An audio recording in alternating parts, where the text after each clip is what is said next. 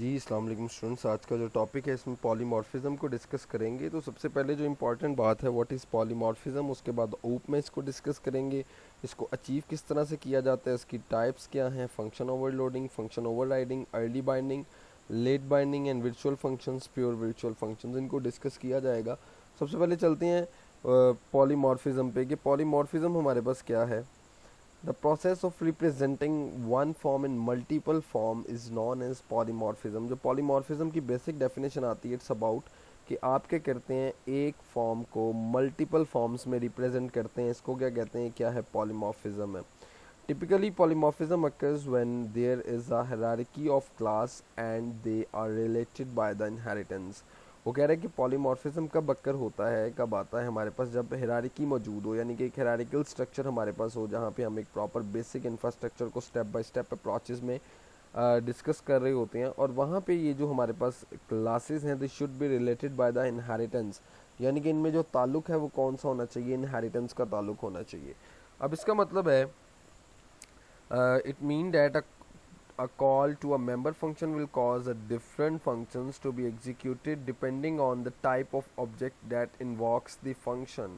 वो कह रहा है कि इसका मतलब है कि अगर आप एक मेंबर फंक्शन को कॉल करते हैं तो वो डिफरेंट फंक्शंस की एग्जीक्यूशन का क्या बनेगा, एक वजह बनेगी, यानी कि डिफरेंट फंक्शंस को एग्जीक्यूट करेगा, और वो किस पे डिपेंड कर रहे होंगे, टाइप ऑफ ऑब्जेक्ट्स पे, यानी कि जिस ऑब्जेक्ट को आप यूज़ कर रहे हैं उसकी जो टाइप है, जो फंक्शन को इन्वॉक करने के लिए आप जिसको यूज़ कर रहे हैं।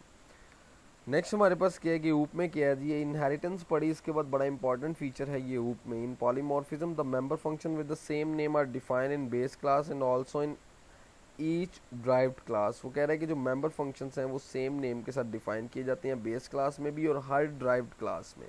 इस कॉन्सेप्ट को हम क्या कहते हैं, polymorphism is use to keep the interface of base class to its derived classes. एक इंटरफेस रखने के लिए बेस क्लास का इसकी ड्राइव्ड क्लासेस के साथ can be achieve by mean of virtual functions. Virtual functions का जो एक प्रॉपर पर्पस है उसके लिए हम किसको यूज़ करते हैं, पॉलीमॉर्फिज्म को यूज़ करते हैं।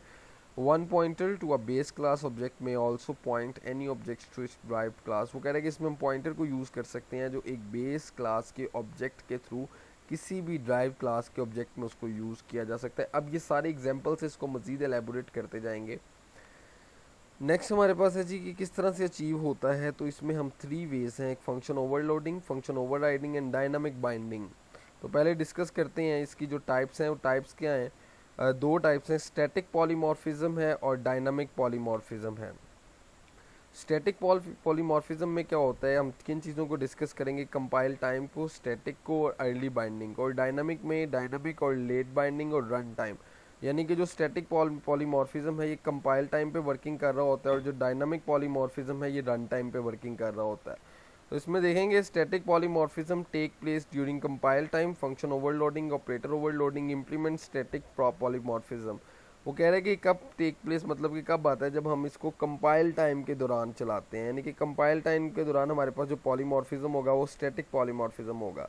अब इस कहाँ पे यूज़ होता है जी, फंक्शन ओवरलोडिंग में, operator overloading, implement static polymorphism, यानी कि जब फंक्शन ओवरलोडिंग कर रहे हैं या ऑपरेटर ओवरलोडिंग कर रहे हैं तो हमारे पास कौन सा पॉलीमॉर्फिज्म आता है, स्टैटिक पॉलीमॉर्फिज्म। अब डायनामिक पॉलीमॉर्फिज्म में क्या होता है, during run time the member function which change their behavior during runtime called virtual function। virtual function का कॉन्सेप्ट है, बड़ा इंपॉर्टेंट कॉन्सेप्ट है, डेफिनेशन पूछी जाती है। The member function which change their behaviour during run time, यानी कि run time के दौरान जो अपना बिहेवियर चेंज करते हैं उन्हें क्या कहा जाता है, वर्चुअल फंक्शन। इसको एग्जांपल से डिस्कस करते हैं। तो फंक्शन ओवरलोडिंग की एग्जांपल है पहले। अब फंक्शन ओवरलोडिंग का क्या मतलब है कि multiple definitions for the same function name, यानी कि एक फंक्शन का नेम सेम होगा लेकिन उसकी डेफिनेशंस डिफरेंट होंगी। डिफाइनिंग में क्या होता है कि हम डिफरेंट स्टेटमेंट्स लिख रहे होते हैं। अब वो स्टेटमेंट्स हमारे पास क्या हैं, डिफरेंट हैं, मल्टीपल हैं, लेकिन हमारे पास जो फंक्शन का नेम है वो सेम होगा और सेम स्कोप में हम यूज़ कर रहे होंगे, यानी कि उसका जो स्कोप होगा वो भी क्या होगा, same, with in a file और विद इन अ फंक्शन और with in a module, with in a structure, जहाँ पे भी आप उसको यूज़ करना चाहें। इसमें वो क्या कह रहे हैं, the definition of the function must differ from each other by the types और the number of arguments in the argument list. वो कह रहे हैं जो डेफिनेशन है फंक्शन की वो डिफरेंट होनी चाहिए हर अदर टाइप के फंक्शन से या नंबर ऑफ आर्ग्यूमेंट जो आप आर्ग्यूमेंट लिस्ट में यूज़ कर रहे हैं उससे। ये छोटा सा इसमें डिफरेंस आप जेन में रखेंगे। अब जैसे इसमें फंक्शन ओवरलोडिंग उसने यूज़ किया, सिर्फ आर्ग्यूमेंट पास करेगा और वो चेंज करेगा। नेम सेम होगा, सब कुछ सेम होगा, सिर्फ आर्ग्यूमेंट चेंज करेगा। अब यहाँ पे देखें जैसे वो क्या कर रहा है कि हमारे पास क्या है, पब्लिक एक क्लास उसने बनाई और वो क्लास क्या थी, print data, void print int I, cout print int और आई, और आगे उसके बाद void print double, cout printing float F. अब यहाँ पे मेरे पास क्या है, इंट मेन, मेन में आते हैं तो प्रिंट डाटा का उसने आगे हमारे पास ऑब्जेक्ट बना लिया पी डी डॉट प्रिंट का मतलब है कि वहाँ से फंक्शन को कॉल कर रहा है और आर्ग्यूमेंट पास किया उसने 5, यानी कि इसकी आउटपुट क्या आएगी, सिंपल हमारे पास एक 5 वैल्यू प्रिंट हो जाएगी। उसके बाद वी डी डॉट प्रिंट 500.2.263.263, तो ये हमारे पास क्या हो जाएगा, इसी तरह से 500.263 पास हो जाएगा, यानी कि उसने सिर्फ और सिर्फ आर्ग्यूमेंट लिस्ट को चेंज किया, बाकी सब कुछ हमारे पास क्या है, सेम है। तो इसको कॉन्सेप्ट को क्या कहते हैं, क्या है, फंक्शन ओवरलोडिंग। इसी के साथ फंक्शन ओवरराइडिंग को डिस्कस करते हैं। वो क्या कह रहा है, is a function happen when one class inherit another class, here functions of both class have the same name and their word be same parameter list and return type of the function should be same. वो यहाँ पे simple सी आपने एक बात याद रखनी है कि ओवरराइडिंग ऑफ द फंक्शन कब होती है, जब एक क्लास एक दूसरी क्लास को इनहेरिट करती है और यहाँ पे फंक्शंस होते हैं दोनों क्लासेस के और उनके नेम सेम होते हैं और पैरामीटर्स भी हमारे पास क्या हो सकते हैं, सेम हो सकते हैं, रिटर्न टाइप भी हमारे पास क्या होनी चाहिए, सेम होनी चाहिए। अब यहाँ पे देखें जैसे उसने कहा एक बेस क्लास है और एक हमारे पास ड्राइव क्लास है। बेस क्लास में वो बेस को प्रिंट करवा रहा है सिंपल, ड्राइव क्लास में ड्राइव को प्रिंट करवा रहा है। अभी फंक्शन ओवरराइड करेगा। ओवरराइड का क्या मतलब है कि वो इनहेरिट जो क्लास हुई है उसको प्रमोट कर देगा, जो बेस क्लास है उसको वहाँ पे वो स्किप कर देगा। अब यहाँ पे पब्लिक में उसने आगे एक वॉइड प्रिंट और आगे उसने ड्राइव को प्रिंट करवा रहा है। अब देखें जब वो क्या कर रहा है, int main drive D, drive का उसने ऑब्जेक्ट बनाया डी डॉट प्रिंट, सिर्फ और सिर्फ डी को कॉल कर रहा है। असल में जो हमारे पास फंक्शन है वो कहाँ पे पड़ा हुआ है, मेन में पड़ा हुआ है, लेकिन जो हमारे पास क्लास है वो कहाँ पे है, बेस में। बेस क्लास से उसको इम्प्लीमेंट नहीं कर रहा है, इम्प्लीमेंट कहाँ से कर रहा है, ड्राइव क्लास से इम्प्लीमेंट कर रहा है। इसके लिए ये भी ज़रूरी है कि आप ड्राइव क्लास को एज अ पब्लिक, यानी कि जो हमारी बेस क्लास होगी उसको एज अ पब्लिक डिक्लेयर करेंगे। यहाँ पे आप आउटपुट देख सकते हैं, तो सिर्फ और सिर्फ हमारे पास एक ड्राइव आउटपुट यहाँ पे आपके सामने शो हो रही है।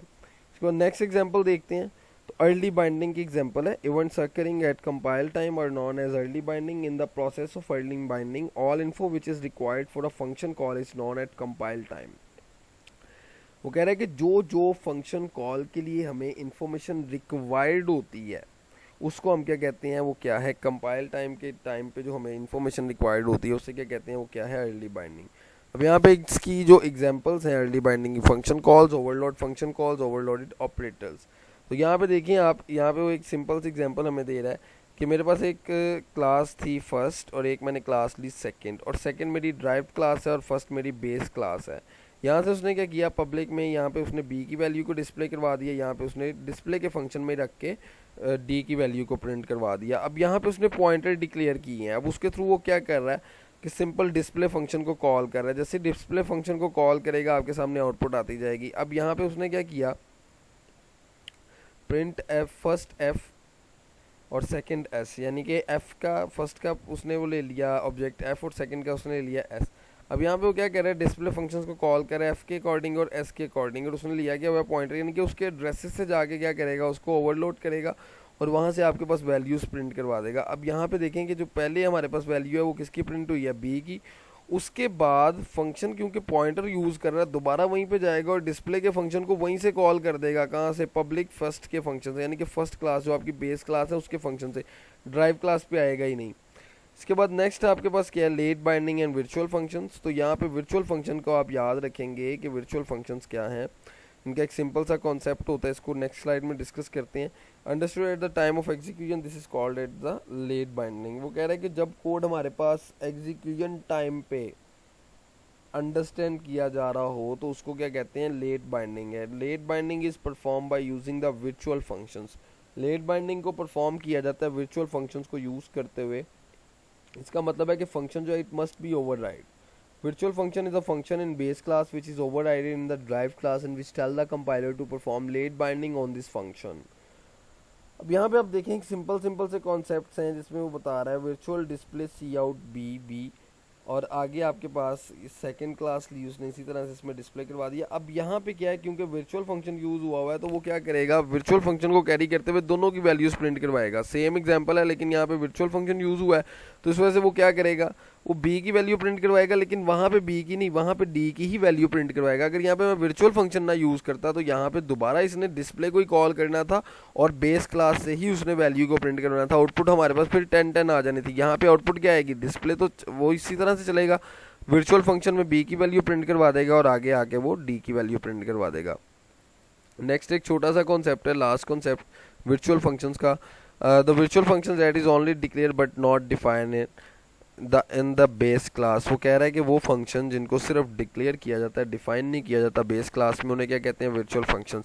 अब इनका सिंटैक्स क्या है, वर्चुअल फंक्शन नेम, उसका नेम आएगा पहले वर्चुअल फंक्शन, उसके बाद आप उसका नेम लिखेंगे, आगे पैरामीटर पास करेंगे, शुड इनिशियलाइज बाय द 0।